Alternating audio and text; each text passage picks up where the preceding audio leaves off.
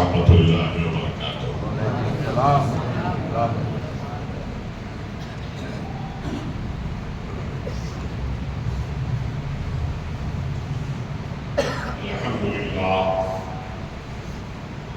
الحمد للہ رب العالمین والعاقبۃ للمتقین والصلاۃ والسلام علی سید الانبیاء والمرسلین وعلی آلہ وصحبہ اجمعین، اما بعد فاعوذ باللہ من الشیطان الرجیم،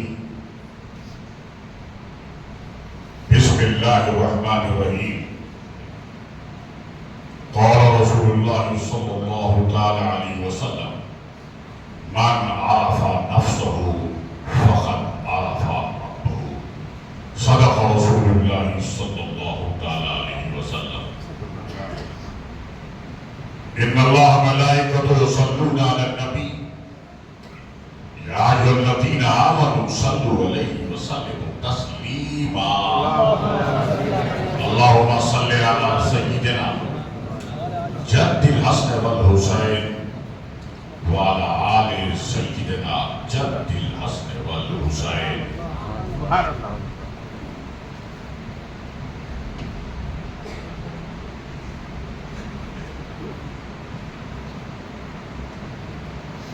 کبھی زندگی پہ نہ کی نظر، کبھی زندگی پہ نہ کی نظر، کٹی عمر ساری گناہ میں، اے خدائے کعبہ پناہ دے، میں کھڑا ہوں تیری پناہ میں۔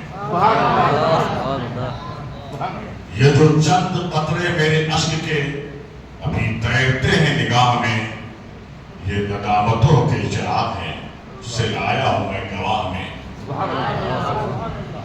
میرے بے ثبات وجود پر بھلا کون اٹھائے گا، میں کسی نگاہ میں کیا رہوں نہ رہا جب اپنی نگاہ میں۔ میرا جرم لاکھ بڑا سہی، تیرے فضل سے تو بڑا نہیں۔ میرا جرم لاکھ بڑا سہی، تیرے فضل سے تو بڑا نہیں۔ میرے جیسے لاکھوں خیمہ زن تیری رحمتوں کی بنا۔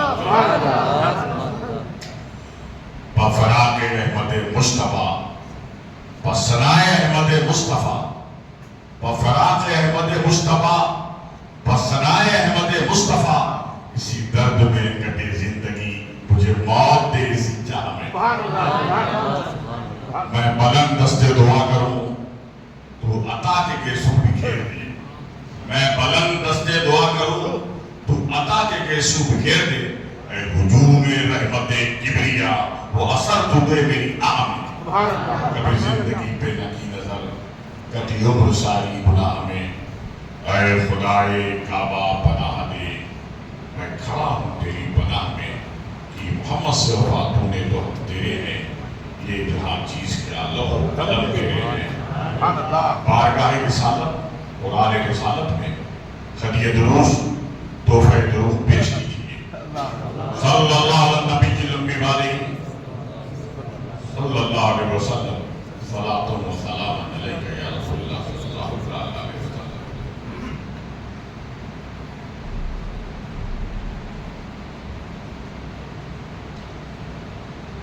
ہبلی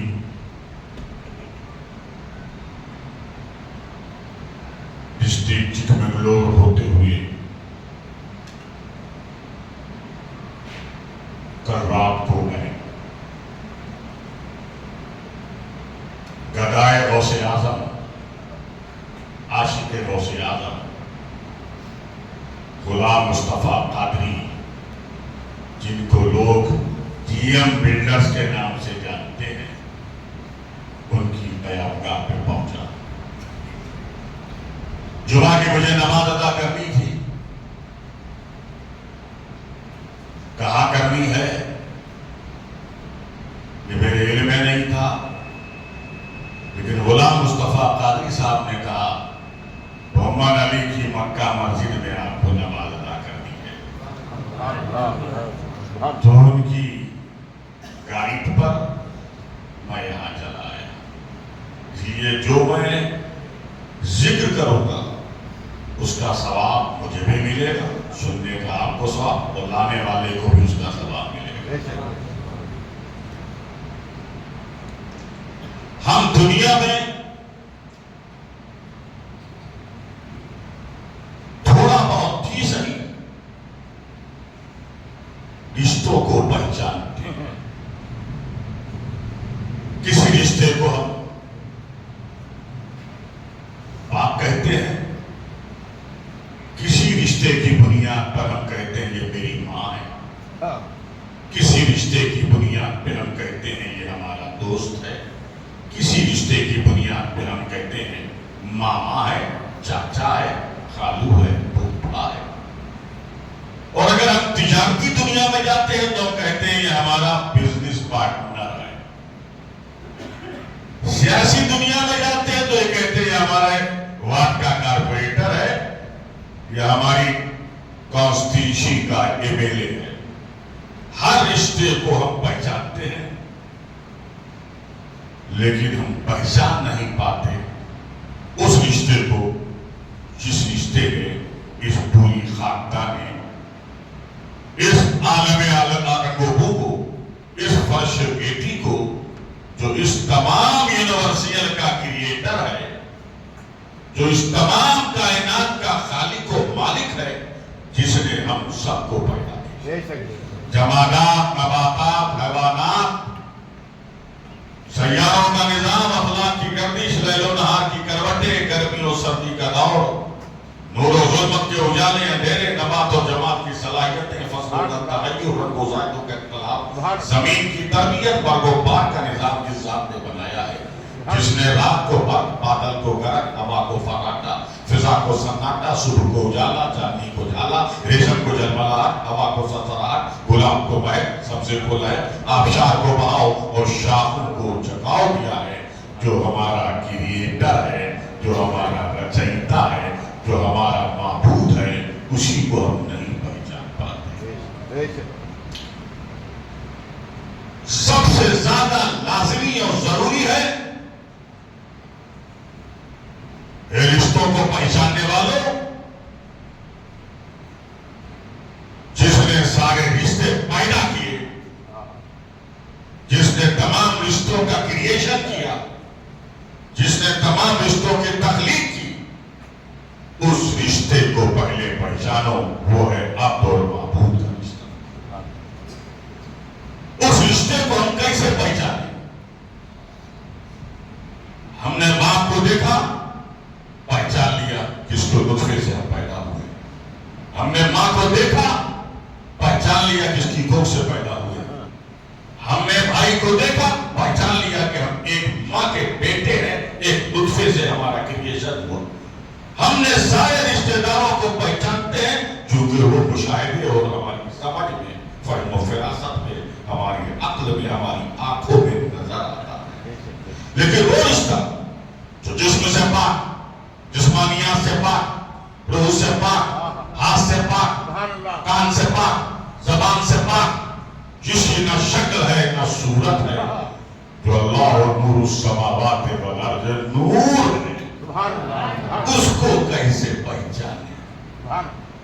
تو حضور اکرم صلی اللہ علیہ وسلم نے ارشاد فرمایا اس کو پہچاننا ہے تو اس کو پہچاننے کے لیے بہت آسان سا فارمولہ ہے۔ حضور نے الفاظ میں، حدیث کے شبد میں، سینٹنس میں، جملے میں یہ ہے، من عرف نفسہ فقد عرف ربہ۔ جس نے اپنی ذات کو پہچان لیا، اپنے آپ کو پہچان لیا، اس نے اپنے مالک کو پہچان لیا، اپنے مالک کو پہچان لیا۔ جیسے جیسے تم اپنے مالک کو، اپنی ذات کو، اپنی شخصیت کو، اپنی پرسنالٹی کو پہچانتے جاؤ گے، سمجھتے جاؤ گے، مطالعہ کرتے جاؤ گے، اسٹڈی کرتے جاؤ گے، تم کو اپنے رب کی معرفت ہوتی جائے گی، پہچان ہوتی جائے گی۔ تو تمہارا خدا کو پہچاننا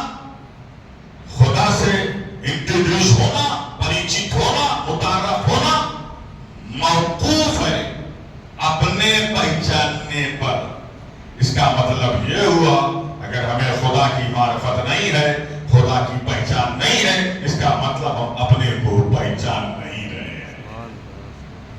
ہم اپنے کو کیسے پہچانے؟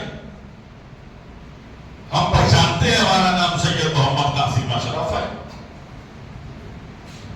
آپ کا نام مولانا غلام مختار ہے، کسی کا نام غلام مصطفیٰ ہے، کسی کا نام عبد الرحمان ہے۔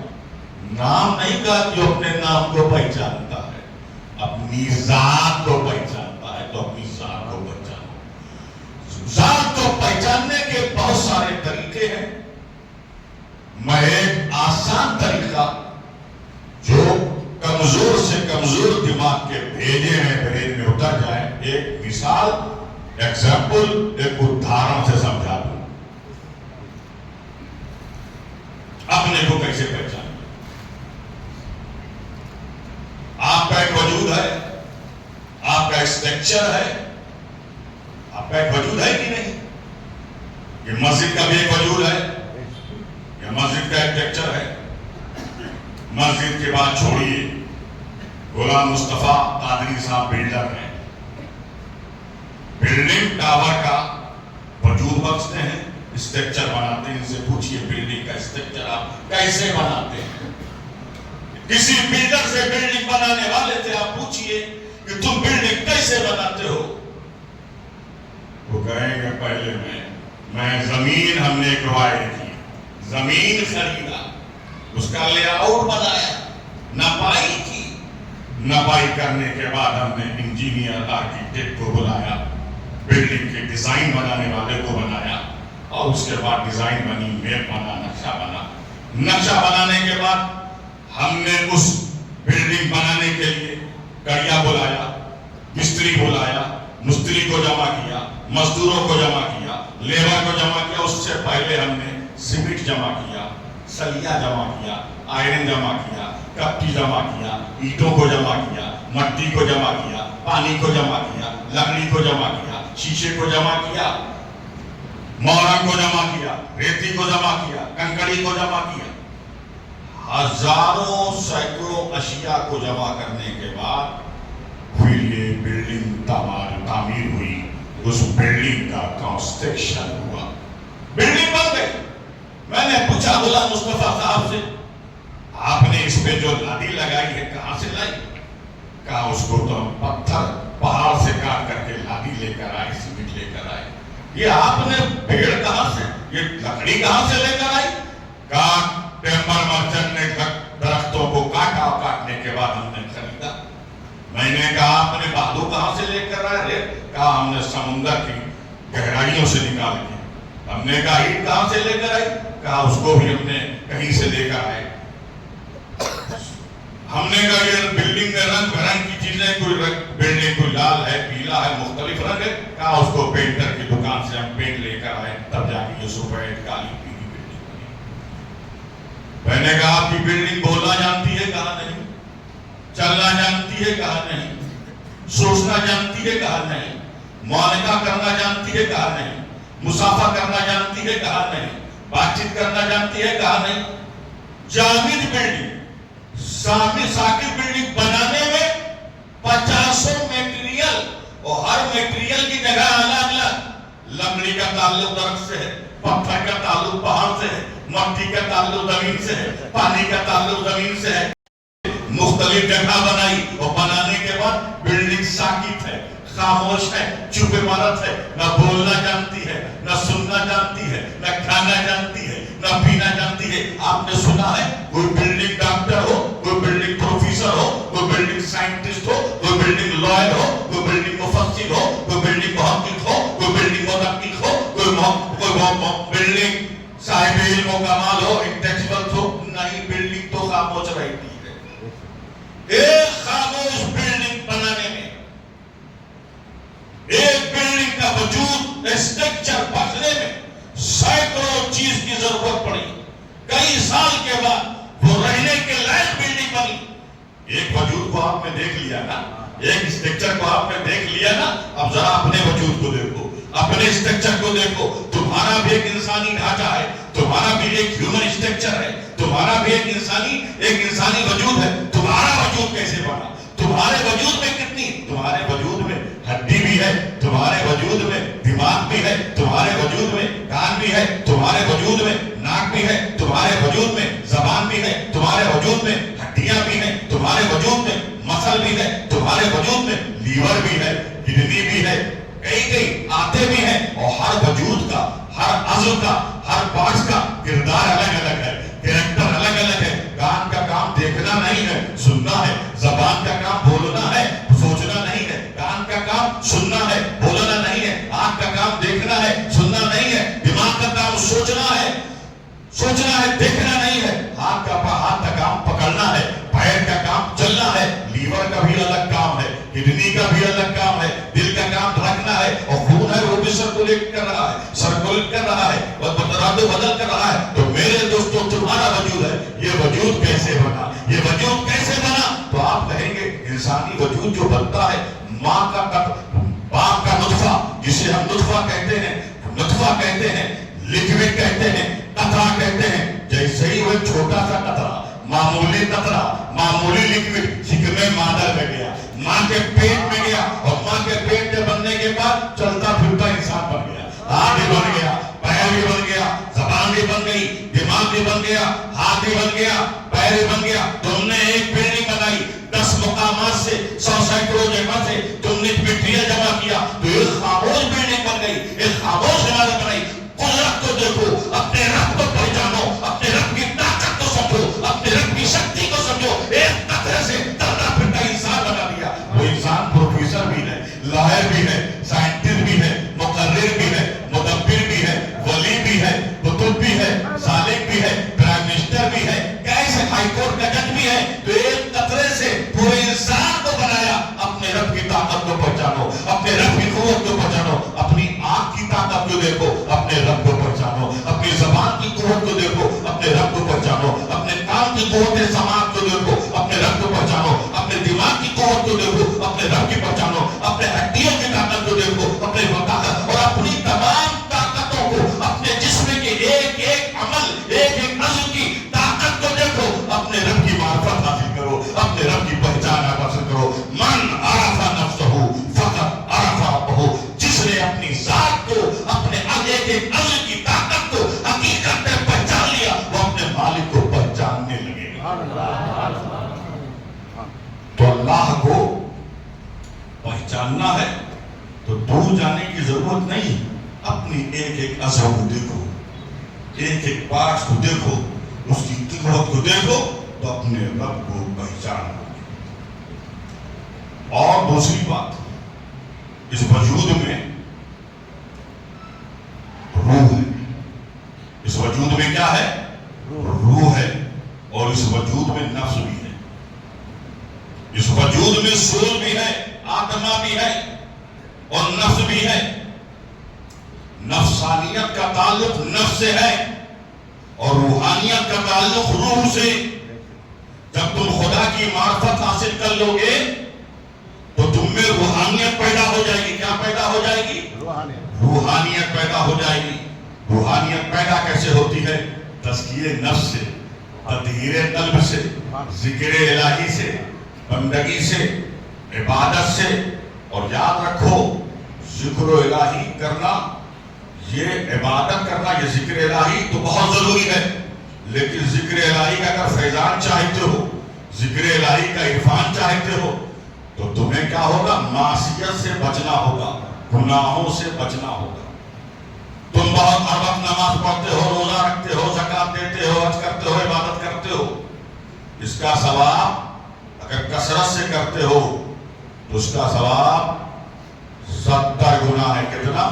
70 گنا۔ لیکن اگر تم جھوٹ سے بچتے ہو، بدعملی سے بچتے ہو، گناہوں سے بچتے ہو، ہمیشہ بچتے ہو، تو ثواب 70 گنا نہیں ہے۔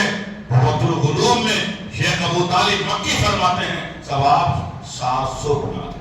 سبحان اللہ۔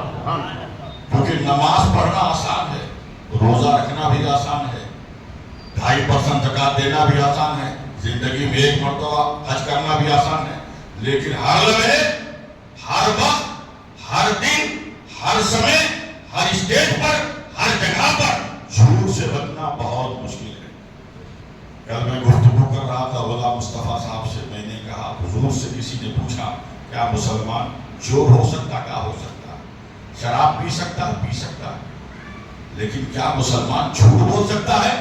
تو اللہ کے نبی نے فرمایا مسلمان جھوٹ نہیں بول سکتا، اس لیے جھوٹ نہیں بول سکتا ہے کیونکہ اس نے سب سے بڑے سچ کی گواہی دی ہے۔ وہ سچ کیا ہے؟ اشہد ان لا الہ الا اللہ واشہد ان محمدا عبدہ ورسولہ، میں ایک اللہ کی گواہی دیتا ہوں اور نبی کے رسول اور نبی ہونے کی گواہی دیتا ہوں۔ اتنی سچائی پر ایمان رکھنے والا، گواہی دینے والا جھوٹا کیسے ہو سکتا ہے؟ اسی لیے کہا گیا لعنت اللہ للکاذبین، اللہ کی لعنت ہے جھوٹوں پر۔ روح کا کمال ہے، روحانیت کا اس سے بڑا کمال ہے۔ روح اور روحانیت کا کمال میں آپ کو بتاتا ہوں۔ ہم دیکھ رہے ہیں، آپ دیکھ رہے ہیں، ہم سوچ رہے ہیں، آپ بھی سوچ رہے ہیں، آپ سن رہے ہیں،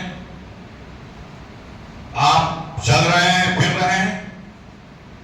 کس کا کمال ہے؟ آپ کہیں گے یہ جسم کا کمال ہے، کیونکہ آنکھ یہ جسم کا پارٹ ہے، زبان یہ جسم کا پارٹ ہے، دماغ یہ جسم کا حصہ ہے، ہاتھ یہ جسم کا حصہ ہے، پیر یہ جسم کا حصہ ہے۔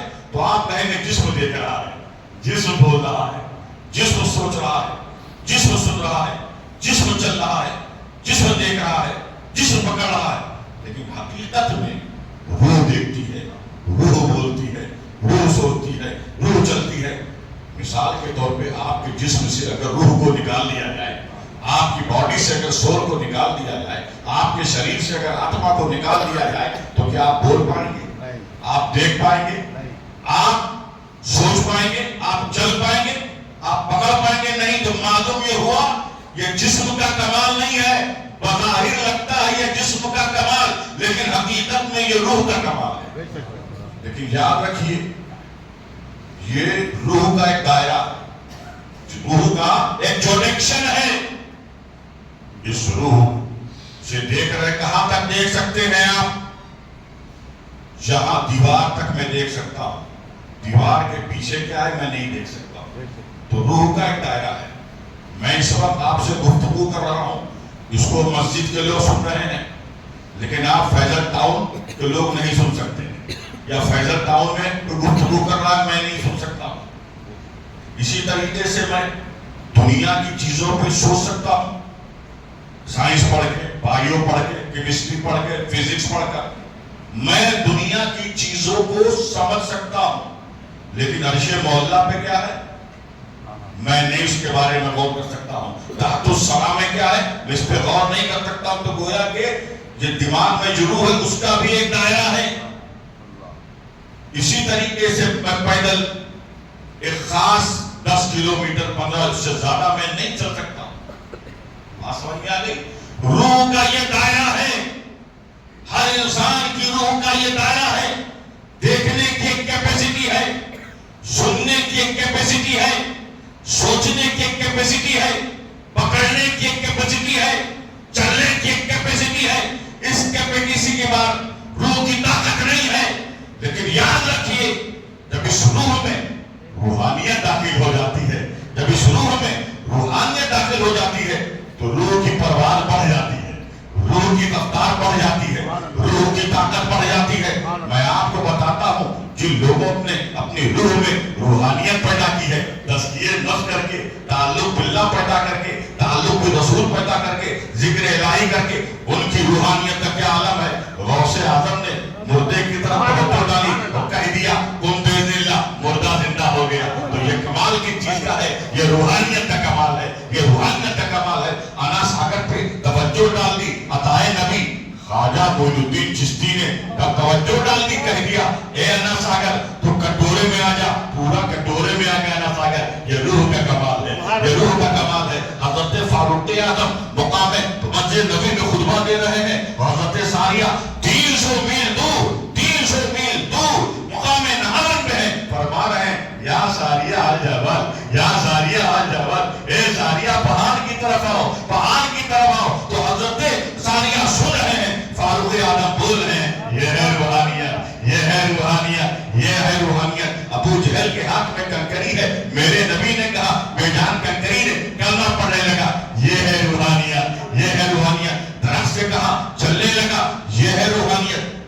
میرے نبی نے ڈوبے ہوئے سورج سے کہا، وہ پلٹ آیا، یہ ہے روحانیت۔ میرے دوستو یہ بتاؤ، یہ انگلی جو ہے نہ پتھر کاٹ سکتی ہے، یہ انگلی میں اتنی طاقت نہیں ہے کہ لوہا کاٹ سکتی ہے، انگلی میں یہ طاقت نہیں ہے کہ لکڑی کاٹ سکتی ہے، لیکن میرے نبی کی ذات کو چھوڑو، میرے نبی کی روحانیت دیکھو، میرے نبی کی روحانیت دیکھو۔ چاند کا انگلی نہیں رکھا، اشارہ کیا، پورا چاند دو ٹکڑے میں ہو گیا۔ یہ ہے روحانیت، یہ ہے روحانیت۔ جب روح میں بالغی پیدا ہوتی ہے، تزکیہ نفس کر کے، تطہیر نفس کے، ذکر الہی کر کے، تو روحانیت کا ہماری آنکھوں میں کیسے پیدا ہوتی ہے کہ علامہ اقبال کہہ اٹھتے ہیں، کون اندازہ کر سکتا ہے ان کے زور بازو کا، نگاہ مرد مومن سے بدل جاتی ہے تقدیر۔ تو آج ہمارے اندر جو کمی ہے، روح تو ہے، جسم بھی ہے، لیکن روحانیت نہیں۔ اور روحانیت، ایمان اور روحانیت کا چولی دامن کا ساتھ ہے، یہ ہو ہی نہیں سکتا ہے آدمی مومن ہو، ایمان والا ہو، اس میں روحانیت نہ ہو، یہ ہو ہی نہیں سکتا۔ لیکن اپنی زندگی کا تم محاسبہ کرو، مراجعہ کرو، تو روحانیت نہیں پاؤگے۔ کیوں نہیں؟ اس کی وجہ روحانیت ہے، تمہارے اندر تمہاری ایمان کے ساتھ ساتھ وہ روحانیت چھپی ہوئی ہے، ظاہر کیوں نہیں ہو رہی؟ اس کو ایک مثال سے سمجھا دوں گا اور بات ختم کر دوں گا، کیونکہ خطبے کا وقت ہو رہا ہے۔ روحانیت کیوں نہیں ہے؟ ابھی آپ نے غور کیا، ہر لکڑی میں جلنے کی صلاحیت ہے، لکڑی میں صلاحیت ہے، ماچس سے جلاؤ جل جائے گی، موم بتی جلاؤ جل جائے گی، گیس کے چولہوں سے لگاؤ جل جائے گی، ہر لکڑی میں جلنے کی صلاحیت ہے۔ مانتے ہیں نا آپ اس کو؟ اب جلنے والی لکڑی جو موم بتی سے جلتی ہے، گیس کے چولہے سے جلتی ہے، ماچس سے جلتی ہے، اسی لکڑی کو پانی میں ڈبو دو۔ کس میں ڈبو دو؟ پانی میں ڈبو دو۔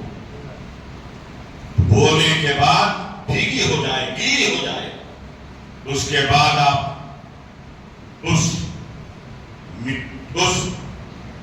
لکڑی کو نکالیے جو بھیگی ہو چکی ہے، پانی میں شرابور ہو گئی ہے، اب جلے گی؟ دنیا میں کہیں آپ نے دیکھا ہے گیلی لکڑی جس میں پانی بھرا ہوا ہو، پانی میں ڈوبی ہو، جلے گی؟ کیوں نہیں جلے گی؟ جلنے کی تو صلاحیت تھی، اب کیوں نہیں جل رہی ہے؟ اس لیے نہیں جل رہی ہے کہ پانی میں ڈوب گئی، پانی اس کے اندر داخل ہو گیا، پانی نے اس کے جلنے والی طاقت کو کمزور کر دیا، بلکہ جب تک پانی رہے گا تب تک وہ جلنے کی صلاحیت اس کے اندر نہیں ہے۔ بات سمجھ میں آ گئی؟ لکڑی پانی میں ڈوبی، اپنی تاثیر کو ختم کر دیا، تم بھی ڈوبے ہوئے ہو، مسلمانوں تم بھی ڈوبے ہوئے ہو، گناہوں میں ڈوبے ہوئے ہو، جھوٹ میں ڈوبے ہوئے ہو، فرار میں ڈوبے ہوئے ہو، چیٹنگ میں ڈوبے ہوئے ہو، معصیت میں ڈوبے ہوئے ہو، اپرادھ میں ڈوبے ہوئے ہو۔ اس ڈوبنے کی وجہ سے تمہاری روحانیت ظاہر نہیں ہو رہی ہے، دنیا میں حاکم کے بجائے محکوم ہو رہے ہو، عزت دار کے بجائے ذلیل ہو رہے ہو، اعلیٰ کے بجائے ادنا تم کو سمجھا جا رہا ہے۔ ورنہ تمہاری حالت تو یہ تھی، جب گناہوں سے، جب معصیت سے تم دور تھے تو علامہ اقبال نے کہا تھا، دست و دست دریا بھی نہ چھوڑے ہم نے، بغیر ظلمات میں دوڑا دیے گھوڑے ہم نے، دی اذانیں کبھی یورپ کے کلیساؤں میں اور افریقہ کے تپتے ہوئے صحراؤں میں۔ قد افلح من تزکا وذکر اسم ربہ فصلی۔ یقیناً کامیاب وہ شخص ہے جس نے دل کو صاف و ستھرا کیا اور اللہ کا ذکر کیا اور نماز پڑھا. اللہ نے پہلے کا تزکیہ نفس کرو، یعنی دل کو صاف کرو.